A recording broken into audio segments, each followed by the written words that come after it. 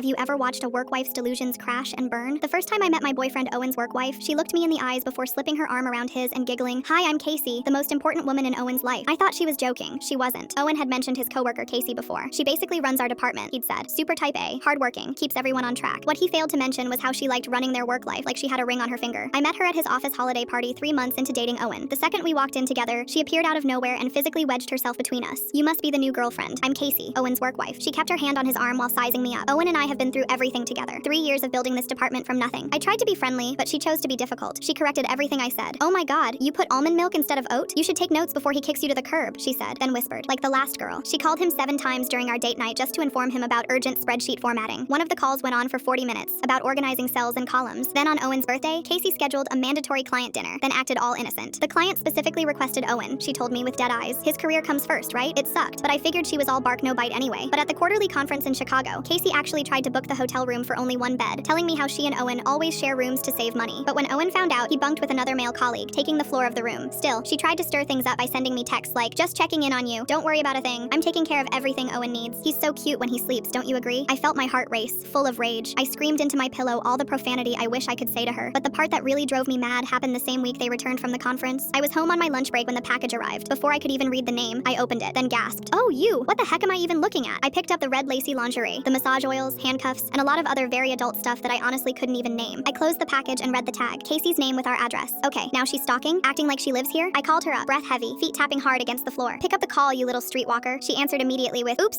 so embarrassing. Can Owen bring these to work?" I quickly hung up without a word and threw it all out. That night when Owen came back home, I laid it all out for him to understand, explaining all the little things that had been bothering me about her the entire time. I showed him call logs and texts. "You're a good guy, and I'm not the type of girlfriend who makes ultimatums," I said. "If this friendship is what you need, tell me now. I just want us both to have peace." Owen ran his hands through his hair, sighing deeply. "I didn't realize, no, I should have realized it sooner. You're right. She's been constantly crossing boundaries that aren't okay." He pulled me close. "Give me a chance to fix things tomorrow." The next day, Owen told Casey they needed professional boundaries. "You're making her uncomfortable and it's not okay. I hope you understand." She did not, for the record, understand. Instead, she lost it. The entire office heard her meltdown. She started screaming in the middle of the cubicles. "You're choosing that insecure little girl over everything we built?" She grabbed a stapler and threw it at the wall. "I carried you for 3 years. You're nothing without me." People started running out the door while my boyfriend held her wrists, fighting back as she tried to press her lips towards his face. Luckily, someone called HRE security showed up while she was still screaming, "I was here first. I made you who you are today. You're mine." But Owen proved her wrong. He did so well without her, absolutely dominating the next project, while Casey's work fell apart about Owen to cover for her. She missed deadlines, argued with clients. When she tried to blame his absence, her manager finally realized she'd been coasting on his work for years. She even tried attaching herself to another colleague, Rick from accounting, which ended up being the final nail in the coffin. His wife, a big-time lawyer, immediately smacked a cease and desist letter on her. So Casey had no choice but to transfer to another office on the other side of the state, probably looking for another work boyfriend to claim.